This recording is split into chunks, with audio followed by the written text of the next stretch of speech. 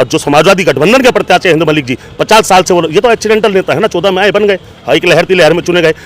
जो हिंद मलिक जी प्रत्याशी हैं, 50 साल का उनका कैरियर है, छात्र राजनीति से लेकर किसान नेता से लेकर सांसद लेकर, और उनके बेटे भी तीसरी बार विधायक और आज वो फिर चुनाव लड़ रहे हैं। 50 साल का उनके परिवार का राजनीतिक इतिहास उठाइए, उनकी चमकती हुई चादर की तरह उनका राजनीतिक कैरियर साफ मिलेगा। एक आरोप लगाने वाला भी आज तक नहीं मिला, एक झूठा आरोप उनको पर, झूठा भी आरोप लगा नहीं पाया कोई, क्योंकि वो जानते थे कि इनके चरित्र पर लांछन लगाना आईना देखने के बराबर होगा, अपने मुंह पे कालिक पोतने के बराबर होगी। एक ऐसे दागदार सांसद मिनिस्टर जिनके लोगों पर हत्या के आरोप लगे हो, जिनके लोगों पर लूट के आरोप लगे हो, भ्रष्टाचार से लिप्त जिनका कार्यकाल हो, और उनके सामने एक ऐसा व्यक्ति चुनाव लड़ रहा है जिसका राजनीतिक कार्यकाल एक उज्जवल कार्यकाल है, और जनता उन प्रत्याशी जी को, सपा गठबंधन के प्रत्याशी को बहुत बड़े अंतर से जिताने जा रही है। और बीजेपी सांसद के द्वारा उनके प्रति किया गया जो रवैया रहा है नकारात्मक, उन तमाम चीजों को जनता दबाई हुई थी, और जैसे चुनाव हुआ तो जैसे फट पड़ा उनके अंदर का लावा, और वो जनता का गुस्सा उनके प्रति दिखाई दे रहा है। एमएसएमई कानून व्यापारियों पर थोप दिया गया, उस एमएसएमई कानून के चलते व्यापारियों के अंदर आज दहशत फैली हुई है। कभी अतिक्रमण के नाम पर या अपनी किसी निजी मुफाद के चलते मार्केटों को तोड़वाने की साजिश भाजपा के लोग करते हैं, उस चीज का गुस्सा यहाँ पर जो है ये साथी बोल रहे हैं कि संजीव बालियान यहाँ से अपनी सीट नहीं निकाल पाएंगे, आप क्या कहते हैं? नहीं, वो साथी सही बोल रहे हैं। आप आम जनता के बीच में जाएंगे तो आपको इन चीज़ों का अंदाज़ा हो जाएगा। आप ये देखिए, जो फर्स्ट चरण का चुनाव, पहले चरण के चुनाव में हम लोग भी एक चीज़ से बड़े अचंभित हैं। हम लोग जनता के बीच में जा रहे हैं, भाजपा के जो कार्यक्रम हुए उन्हें भी हमने देखा है, पब्लिक से जनसंवाद भी किया है। ये चुनाव कहीं ना कहीं जनता वर्सेस भाजपा बनता जा रहा है। जो आम जनता इतने सालों से अपने अंदर अपना दुख, अपने उत्पीड़न, अपना दर्द, और बीजेपी सांसद के द्वारा उनके प्रति किया गया जो रवैया रहा है नकारात्मक, उन तमाम चीज़ों को जनता दबाई हुई थी, और जैसे चुनाव हुआ तो जैसे फट पड़ा उनके अंदर का लावा, और वो जनता का गुस्सा उनके प्रति दिखाई दे रहा है। किसी के अंदर जो हमारे प्रत्याशी है भाजपा के, उनके प्रति गुस्सा और नाराजगी दिखाई दे रही है, कहीं सरकार की कुनीतियों की तरफ नाराजगी दिखाई दे रही है। आप व्यापारियों का उदाहरण लीजिए, व्यापारी के यहाँ इंस्पेक्टर राज हुआ करता था उत्तर प्रदेश में, जो माननीय मुलायम सिंह यादव जी ने खत्म किया था। उस इंस्पेक्टर की स्थिति ये होती थी, वो किसी भी दुकान के व्यापारी के पास जाके बैठ जाता था तो कहीं ना कहीं उसकी भावना होती थी कि इस व्यापारी को लूट लूँ। व्यापारी उससे उत्पीड़ित था। वो इंस्पेक्टर राज माननीय मुलायम सिंह यादव जी ने खत्म करना काम किया था। आज भाजपा की सरकार ने जीएसटी के बिगड़े सिगड़े नियमावलियों के चलते वो इंस्पेक्टर राज दोबारा लागू कर दिया। आज किसी व्यापारी के यहाँ जीएसटी की गाड़ी जाके खड़ी हो जाए, छोटा व्यापारी सारे कागज नहीं इस तरह से मेंटेन कर सकता, जितनी फॉर्मेलिटीज बना दी, कहीं ना कहीं छोटी मोटी कोई कमी रह जाती है, तो उस पर इस तरह से अनाप शनाप जुर्माने लगाए जाते हैं कि वो व्यापारी पूरी तरह बर्बादी कगार पे आ जाता है। उस चीज़ का उत्पीड़न व्यापारी के अंदर है। एमएसएमई कानून व्यापारियों पर थोप दिया गया, उस एमएसएमई कानून के चलते व्यापारियों के अंदर आज दहशत फैली हुई है। कभी अतिक्रमण के नाम पर या अपनी किसी निजी मुफाद के चलते मार्केटों को तोड़वाने की साजिश भाजपा के लोग करते हैं, उस चीज़ का गुस्सा व्यापारियों के अंदर है। व्यापारियों के अंदर इतना जबरदस्त नाराजगी भाजपा के लिए हम लोगों ने देखी, आज वो खुल के हमारा समर्थन कर रहे हैं। और ये नाराजगी सिर्फ मुजफ्फरनगर नहीं, पूरे उत्तर प्रदेश में आप देखेंगे। लेकिन बीजेपी कह रही है कि देश की जनता जो है वो हमारे 370 राम मंदिर और 5 किलो राशन की जो हमारी गारंटी है उस पर मोहर लगा रहा है, और हमको 2024 में 400 सीटें देकर भेज रहा है। जनता व्यापारियों के उत्पीड़न के खिलाफ वोट कर रही है। किसानों की 700 से ज़्यादा किसानों की जो शहादत हुई थी, साल दर साल उन लोगों ने इतना बड़ा आंदोलन किया, उस पर वोट कर रही है। बॉर्डर पे जिस तरह किसानों पर गोलियां चली, आंसू गैस के गोले चले, उस गुस्से को जनता वोट के रूप में निकालने जा रही है। जो सीधी धमकी मंच से भाजपा के प्रत्याशी ने देना काम जनता को किया, उस धमकी का जवाब जनता वोट के माध्यम में देने जा रही है। और 10 साल का जो उत्पीड़न भरी सरकार रही है, जिसने रोटी कपड़ा मकान सड़क सुरक्षा बिजली पानी किसान रोजगार नौजवान के लिए छात्र के लिए कोई काम नहीं किया, उसको लेकर जनता वोट करने जा रही है। जो नौजवान का आम छात्र के माँ बाप पेट काट काट कर उसको पढ़ाते थे, उसका पर्चा लीक हुआ, उन बच्चों ने बहुत से बच्चों ने आत्महत्या कर ली, अपनी डिग्रियों पर आग लगा दी, वो नौजवान उस मुद्दे पर वोट करने जा रहा है। आज इस भारतीय जनता पार्टी को आईना दिखाने का काम जनता करेगी। और बहुत बड़ी बात नहीं है कि उत्तर प्रदेश के अंदर एक आध सीट को छोड़कर अधिकतम सीटें भारतीय जनता पार्टी हारकर उनको जनता आईना दिखाने का काम कर दे। नहीं, ये बात तो ठीक है आपकी, यही तो मानसिकता भारतीय जनता पार्टी की है कि बलात्कारियों को छोड़ दिया सिर्फ अपने राजनीतिक मफाद के लिए, और जनता के बहुत बड़े रोष के बाद माननीय न्यायालय के संज्ञान लेने के बाद उनको फिर वापस जेल जाना पड़ा। कहीं ना कहीं न्याय पंचायतें आज भी देश के अंदर जिंदा हैं। लेकिन एक बात जो आप 2013 के दंगे की कर रहे थे, उस पर मैं कुछ कहना चाह रहा था। दंगे से सरकार नहीं बनी थी, सरकार इसलिए बनी थी कि भारतीय जनता पार्टी के लोगों ने एक प्रचार कांग्रेस के लिए किया था, 2G घोटाला, और वो इतना बड़ा प्रचार था कि देश के लोगों को लगा था कि पता नहीं कितनी बड़ी लूट हमारे साथ होगी। उस पर सरकार बनी थी, और बाद में माननीय न्यायालय ने कह दिया ऐसा कोई घोटाला नहीं हुआ, भाजपा के लोग झूठ बोल रहे थे, वो झूठ पर बनी हुई सरकार थी। और वो मोदी जी के वादों पर बनी हुई सरकार थी। वादा किया था अच्छे दिन लाएंगे, वादा किया था 2 करोड़ नौकरियां देंगे, वादा किया था किसानों की आय दुगनी करेंगे। इस तरह के चिकनी चुपड़ी बातों के द्वारा वो सरकार बनाई गई थी। और जब 5 साल साल बाद वो असफल रहे तमाम वादों में, तो कह दिया मुझे 5 साल और चाहिए देश के लोगों, तो वो 5 साल भी दे दिए। अब काट की हंडी कितनी बार चढ़ाओगे? आप हर मुद्दे पर फेल हो, आपका विजन फेल है। 2040 तक का वक्त मांग रहे हैं देश को विकसित बनाने के लिए। नहीं, सत्ता की चाटुका, सत्ता की लोलुपता तो ऐसी चीज़ है कि तमाम जीवन वो उनके बच्चे और उनके बच्चे भी अगर सरकार में रह जाए तो उनके लिए तो बेहतर ही होगा ना। लेकिन जनता ये कोई प्रयोगशाला नहीं है हिंदुस्तान में। जनता अब देश की जो है बीजेपी को टाइम नहीं देना चाहती है। देश प्रयोगशाला नहीं है भारतीय जनता पार्टी की। देश के अपने मुद्दे हैं, क्षेत्रीय मुद्दे भी हैं और राष्ट्रीय मुद्दे भी हैं। उन मुद्दों के आधार पर जनता वोट करती है। मोदी जी पर बहुत विश्वास कर लिया, किसानों की आय दुगनी होगी क्या? आप बताइए, व्यापारी सुख से रह रहा है? नौजवानों को नौकरी, 2 करोड़ नौकरियां, 7 लाख का दावा कर रहे हैं कि हमने 7 लाख नौकरी दे दी। समाजवादी सरकार में 2012-17 के समय में 5 लाख से ज़्यादा नौकरियां, सरकारी नौकरियां अखिलेश यादव जी की सरकार ने दी थी। और प्राइवेट सेक्टर में तो अनगिनत नौकरियां थी, HCL के माध्यम से, सैमसंग के माध्यम से। और मैं तो एक चुनौती भी देता हूँ, लगातार जब भी भाजपा के लोगों से आमने सामने चर्चा होती है, मैं उन्हें एक चुनौती भी देता हूँ और आपके माध्यम से मैं उन्हें चुनौती देता हूँ। 2012-17 का समाजवादियों का मैनिफेस्टो ले आइए। 2012 में हमने मैनिफेस्टो जारी किया था और आप निकाल लाइए उस मैनिफेस्टो को। और इनका 14 का मैनिफेस्टो जारी हुआ, फिर 17 का जारी हुआ, फिर 19 का जारी हुआ और फिर 22 का जारी हुआ। चारों मैनिफेस्टो से हमारे मैनिफेस्टो का मुकाबला कर लीजिए। 99% तक हमने अपने वादे पूरे करना काम किया था और इनके सारे मैनिफेस्टो असफल साबित हुए हैं। हर वादे पर, हर मुद्दे पर भारतीय जनता पार्टी आज असफल हो चुकी है। और असफल होने के साथ साथ अगर जनता के लोग लोकतांत्रिक अधिकारों के चलते अपनी आवाज़ को उठाना चाहते हैं, मुद्दों को उठाना चाहते हैं, तो जेल भेज देंगे। चुने हुए मुख्यमंत्री को जेल भेज देंगे, नेताओं को जेल भेज देंगे, किसानों को जेल भेज देंगे। नौजवान जो आधा घंटा पहले अपने परीक्षा केंद्र के बाहर दिखा रहा था, ये देखिए सवाल और ये देखिए सोल्व पेपर, पर्चा लीक हो गया, इसे रद्द कराइए, उस नौजवान पर मुकदमा करा के उसका भविष्य खराब कर देंगे। नौजवानों पर इस तरह लाठियां बरसाएंगे जैसे कि वो कोई कातिल हो, पापी हो, कोई गैंगस्टर हो। वो लोग किसानों के ऊपर गोलियां चला रहे हैं, रामकरण सिंह शहीद हो गए।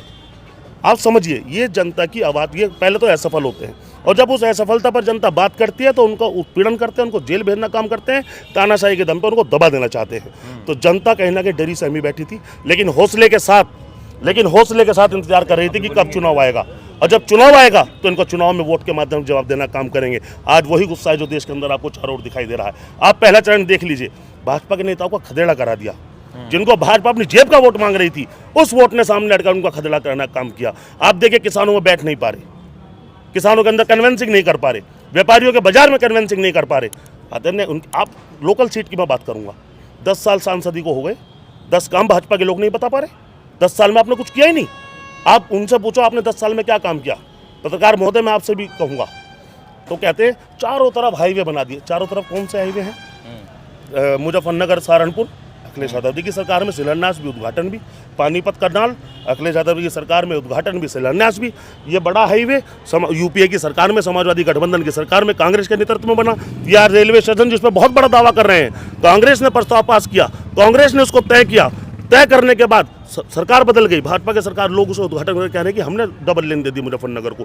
झूठे वादे करते हैं, दूसरों की सरकार के कामों को अपना काम बताने का प्रयास करते हैं। पूरी तरह ये कोई बड़ी बात नहीं है। देश के प्रधानमंत्री नरेंद्र मोदी जी ने कहा था कि हमने बिहार के दरभंगा में एम्स बनवाया, जबकि वहां पर देखा गया कि कोई एम्स नहीं है। मेरा अगला बिंदु वही था। मैं बहुत सारे अस्पतालों की बात बताऊंगा। एक बात यहाँ की प्रत्याशी की क्लियर कर दूं, 10 साल के कार्यकाल में उनकी राजनीति काले दागों से भरी हुई है। और जो समाजवादी गठबंधन के प्रत्याशी हिंद मलिक जी, 50 साल से वो, ये तो एक्सीडेंटल नेता है ना, 14 में आए, बन गए, एक लहर थी, लहर में चुने गए। जो हिंद मलिक जी प्रत्याशी हैं, 50 साल का उनका कैरियर है, छात्र राजनीति से लेकर, किसान नेता से लेकर, सांसद से लेकर, उनके बेटे भी 3री बार विधायक और आज वो फिर चुनाव लड़ रहे हैं। 50 साल का उनके परिवार का राजनीतिक इतिहास उठाइए, उनकी चमकती हुई चादर की तरह उनका राजनीतिक कैरियर साफ मिलेगा। एक आरोप लगाने वाला भी आज तक नहीं मिला, एक झूठा आरोप उनको पर, झूठा भी आरोप लगा नहीं पाया कोई, क्योंकि वो जानते थे कि इनके चरित्र पर लांछन लगाना आईना देखने के बराबर होगा, अपने मुंह पे कालिक पोतने के बराबर होगी। एक ऐसे दागदार सांसद, मिनिस्टर, जिनके लोगों पर हत्या के आरोप लगे हों, जिनके लोगों पर लूट के आरोप लगे हों, भ्रष्टाचार से लिप्त जिनका कार्यकाल हो, और उनके सामने एक ऐसा व्यक्ति चुनाव लड़ रहा है जिसका राजनीतिक कार्यकाल एक उज्ज्वल कार्यकाल है। और जनता उन प्रत्याशी जी को, सपा गठबंधन के प्रत्याशी को बहुत बड़े अंतर से जिताने जा रही है। और इनके भ्रष्टाचार की आपने बात दरभंगा का जिक्र किया, समाजवादियों के 27 हॉस्पिटल, कैंसर इंस्टीट्यूट, बहुत सी यूनिवर्सिटियां, तमाम ऐसे सेंटर, किसान मंडियां बनाई गई थी लखनऊ आगरा से एक्सप्रेसवे पे, बर्बाद कर दी इस सरकार ने, बर्बाद कर दी। एक ईंट उसमें नहीं बढ़ा पाए, एक बजट उसमें नहीं दे पाए। और दरभंगा के एम्स की तो बात आप खुद ही बता रहे थे, वहाँ पर हॉस्पिटल का उद्घाटन कर दिया, वहाँ जाकर देखा वहाँ जानवर घूम रहे थे, वो ज़मीन भी समतल नहीं है, ऊबड़ खाबड़ ज़मीन। वहाँ हॉस्पिटल के नाम की ईंट भी नहीं, शिलान्यास का पत्थर भी नहीं, और उद्घाटन घर बैठ के कर दिया ये इन लोगों कहा ने। था कि हमने दरभंगा में एम्स बनवा दिया, जबकि वहाँ पर कुछ था ही नहीं, मतलब कुछ था ही नहीं, उबड़ खाबड़ जमीन और जानवर घूम रहे थे भाई साहब, उसकी वीडियो जारी हुई। ऐसी तो बहुत सी वीडियो हैं, बहुत सारे हाईवेज का उद्घाटन कर दिया। कहाँ है हाईवे? आप जिस जनपद मुजफ्फरनगर में घूम रहे हैं, यहाँ पता कीजिए, पिछले 5 साल से एक रोड़ी लगने का काम पूरे जनपद में नहीं हुआ। और अभी 4 दिन पहले जब दिखा कि जनता के अंदर से एक भौकाल निकल कर आया तुम्हारे खिलाफ, तो रोडियाँ बिछवा रहे हैं, रोडियाँ। एक बारिश भी जो नहीं झेल पाएंगे वो रोडियाँ बिछवा कर जनता को चमक दमक दिखा रहे हैं सड़कों की। जनता इन्हें पहचान चुकी, बहुत बुरी तरह मुजफ्फरनगर भी हारेंगे, और पहले चरण से भारतीय जनता पार्टी का सुपड़ा साफ होने जा रहा है। क्यों हारा है? आप कितना संतुष्ट हैं इनसे, जो साथी से? ये हमारे आप देख लीजिए, हमारे नौजवानों का ब्रेन वॉश किस हद तक कर दिया। वो प्राइवेटाइजेशन को ही तरक्की मानने लगे, 100% प्राइवेटाइजेशन की बात कर रहे हैं। ये नहीं जानने की रेल बेच दी, भेल बेच दी, हवाई जहाज बेच दिया, कंपनियां बेच दी, किसानी को प्राइवेट में लाना चाहते हैं। ये सोच रहे हैं कि इनको मालूम नहीं है कि सरकारी नौकरियां देश के लिए कितनी महत्वपूर्ण है। अब देखिए, चूंकि वादा पूरा नहीं कर पाए, 2 करोड़ सरकारी नौकरियों का वादा था, पूरा नहीं कर पाए। आम नौजवान को शिक्षा देने का वादा था, पूरा नहीं कर पाए। अच्छी स्वास्थ्य व्यवस्थाएं देने का वादा था, पूरा नहीं कर पाए। जब वादे पूरे नहीं कर पाता है कोई, तो कहीं ना कहीं उस अपने झूठ को ढकने के लिए जो चादर होती है, उस चादर के माध्यम से ढक रहे हैं। हमारे नौजवान साथी कहीं ना कहीं आज भटके हुए नजर आते हैं बहुत। देखिए, अब इन नेताओं के बारे में क्या बोल रहे हैं आप? क्या बोल रहे हैं? सर 300 रुपये का आटे का कट्टा है, घरवाली भी लड़ती है जाके। 200 रुपये मजदूरी कहाँ से लाएंगे? 100 रुपये आप बताओ, बताओ कहाँ से लाएंगे? हमारी अखिलेश की सरकार में कट्टा था 120 रुपये का, 150 रुपये का 2 दड़ी का कट्टा। 5 बच्चे हैं सर, 2 दड़ी का आटा खरीदते हैं, 5 दिन नहीं चलता। कहाँ से लाया? 300 रुपये बताओ आप दोगे? 200 रुपये मेरी मजदूरी, 100 रुपये कहाँ से लाऊंगा बताओ आप? भुखमरी आ गई देश में, हिंदुस्तान में काम नहीं है, बिजनेस नहीं है, धक्के खाते फिर रहे हैं घर में, बताओ साहिब।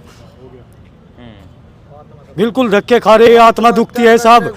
घरवाली घरे जाते ही लड़ती है, घर में रोटी नहीं मिलती, घर 2 रोटी बनती है तो नहीं मिलती, रूखी सूखी। ये तो अमीर लोग हैं, बैठ के पलोथी मार के 5 स्टार से कहीं से खा लेते हैं, तो गरीबों के दिल से पूछ के देखो, उनको सूखी रोटी भी नहीं मिलती, भूखा सोना पड़ता है। हम जैसे सब पूछो, 2 नंबर के काम नहीं करते कि इनको अंदर डाल दो, कहीं को अंदर डाल दो। खाने के लिए अन्न ही भूखबाजी पे भूखे सोने पड़ते हैं। 5 बच्चे हैं सर, 200 रुपये है मेरी मजदूरी, बताओ मैं कहाँ से लाऊंगा? उन बच्चों को कैसे करूँ? कहीं घेर दूँ खड्डे में ले जाके, बताओ कहाँ ले जाऊँ? 5 किलो राशन सरकार दे रही, 5 किलो राशन में तेल भी चाहिए, उसको गैस भी चाहिए, उसको सब कुछ चाहिए, और कहाँ बाकी कौन देगा बताओ? यानी इस सरकार में जो है, यानी आप लोग जो है मतलब बिल्कुल भूखमरी, भूखे उमर के आत्महत्या करनी पड़ेगी हम जैसों को। तो गरीब अमीर तो साहब पलोथी मार कर खा लेते हैं। मैं भी आपको बता, 300 रुपये का आटे का कट्टा, 5 बच्चे हैं, 5 दिन नहीं चलता, तो भूखमरी तो है क्या है बताओ आप ही? मरने को दिल करता है, फांसी खाने को दिल करता है, फांसी से पहले रेल के तले बढ़ने को दिल करता है, पर ये सोचते हैं बढ़ने से पहले कि वे बच्चे पीछे कहाँ जाएंगे। थोड़ा ऐसे लोग इस मुल्क में कितने देखते हैं आप? अधिकतर ऐसे लोग दिख रहे हैं। ये वही लोग हैं कि जब बाहर विदेश से कोई आता है मेहमान, तो ये वो लोग हैं जिनके घरों को चादरों से ढक दिया जाता है कि देश सुखद, अच्छा, खुशहाल देश दिखाई दे, जबकि उस चादर के पीछे की हकीकत आप देख रहे हो। कुल मिला के इस 10 साल में पूरे देश को बर्बाद करना काम, रोटी, कपड़ा, मकान, सड़क सुरक्षा, बिजली, पानी, किसान, बेरोजगार, नौजवान, छात्र, शिक्षा व्यवस्था, स्वास्थ्य व्यवस्था, गरीब, किसान, मजदूर, सबको बर्बाद करना काम इस सरकार ने किया है। और जनता भी इनसे मुक्ति चाहती है, हाथ जोड़ो कह रही है भाई हमारा पीछा छोड़ दो, हमारे पुराने दिन वापस दे दो। आज कहीं ना कहीं सरकार की असफलताएं जनता के सर चढ़कर बोल रही हैं। आप क्षेत्र में जाएंगे, आपको देखने को मिलेगा कितना रोष है। इनके प्रत्याशियों को खदेड़ा भी कराने का काम जनता ने कर दिया है। बहुत बुरी तरह भाजपा हारने जा रही है, आप देखिएगा। शुक्रिया। धन्यवाद। मैं गौरव जैन हूँ, राष्ट्रीय प्रवक्ता रहा हूँ समाजवादी पार्टी लोहिया मायने से, और MLC का चुनाव लड़ चुका हूँ। और समाजवादी पार्टी का पिछला 22-24 साल से एक छोटा सा अदना सा कार्यकर्ता झंडा उठा के आदरणीय अखिलेश यादव जी के पीछे चल के इस समाजवादी पार्टी को मजबूत करने का प्रयास करता हूँ।